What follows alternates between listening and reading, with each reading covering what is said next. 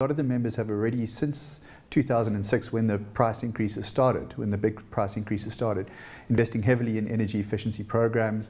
But I think all those easy gains have been squeezed out. So the really two options now are to replace plant, which would be a massive capital investment, or really to shut down or cut back, scale back on production. So obviously we're hoping that members are able to continue at least the current economic level, but I think the prices are reaching a point where that's not becoming feasible anymore.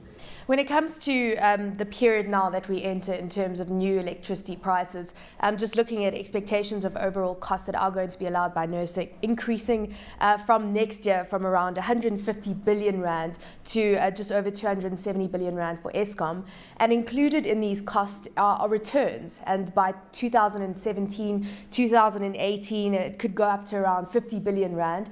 Why is this return aspect a very contentious issue?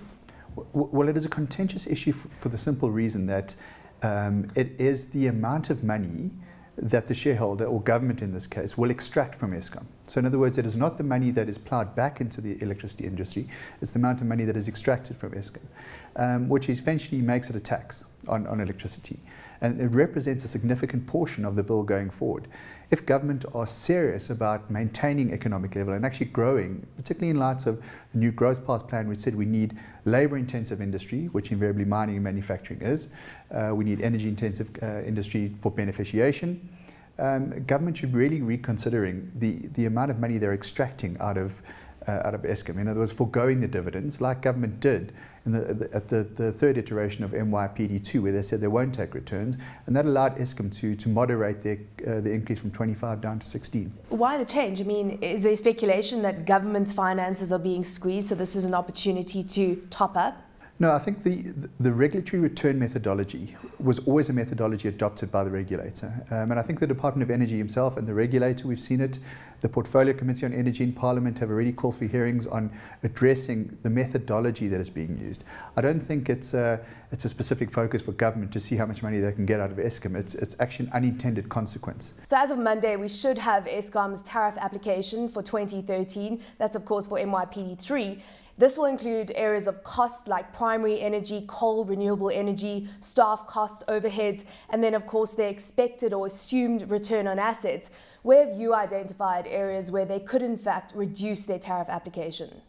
Well, we've identified a couple. The first one is obviously the return methodology, changing the way in which government extracts profits out of Eskom is one of the biggest areas in which we can reduce the cost. But the other ways in which we can also mitigate the rise of the cost.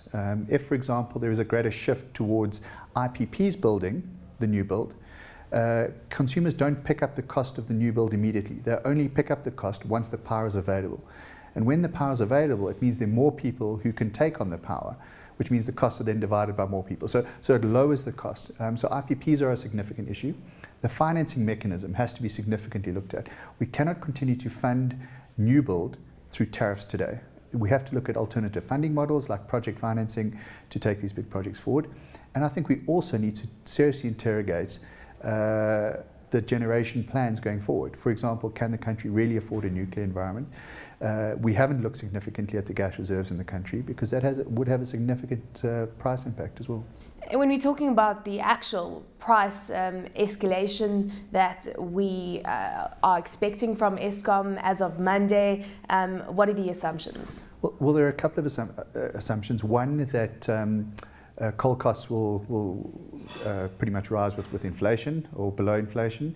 There is also a really big assumption, which is problematic, that there will be a mandatory 10% rationing across the country for electricity, which means that electricity sales will essentially be diminished by 10% across the country. And as we know, the methodology says Eskom's revenue divided by sales equals the tariff. So if we're reducing the sales, the tariff is rising, which I think is a little disingenuous in terms of an assumption to make.